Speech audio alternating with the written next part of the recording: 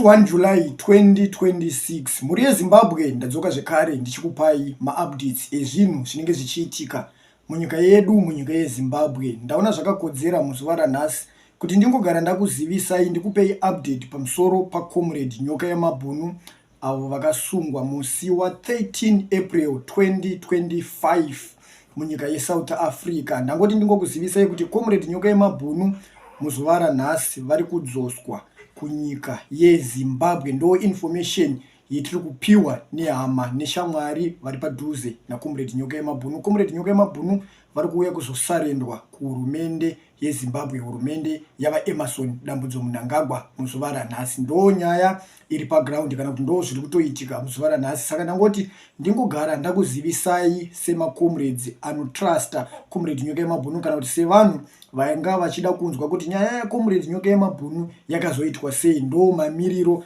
azvakaita kutaura kuno. Nyaya yaComrade Nyoka Yemabhunu yaifambirwa nevanhu vakawanda vakasiyana siyana, ende tikatarisa vamwe vacho zvekare vange vari padhuze naComrade Nyoka Yemabhunu kutaura kuno vapanduka vadzokera kuZANU-PF. Saka hatichanyatsonzwisisa kuti vanhu vacho vakambosungisa Comrade Nyoka Yemabhunu ndevapi chaivo, nekuti tikatarisa tiri kuona panapa kuti nyaya yaComrade Nyoka Yemabhunu yakatora nguva yakareba zvisingaite vakavharirwa muchizarira munyika yeSouth Africa, zvisinei nekusacrifice kwamaita macitizens enyika yeZimbabwe muchitumira mari, muchidoneta mari kuti Comrade Nyoka Yemabhunu vakwanise kubuda mujeri munyika yeSouth Africa. Asi tiri kunoona kuti zvakakona, ende takaona zvekare kuti pane vanhu vacho vaibata mari yaifanira kunge ichibuditsa Comrade Nyoka Yemabhunu muchizarira munyika yeSouth Africa. Takaona kuti vaibata mari yacho vaimboita mafights, paimbobuda dzimwe nyaya dzairatidza kuti mari yaidyiwa, mari yakange isingaende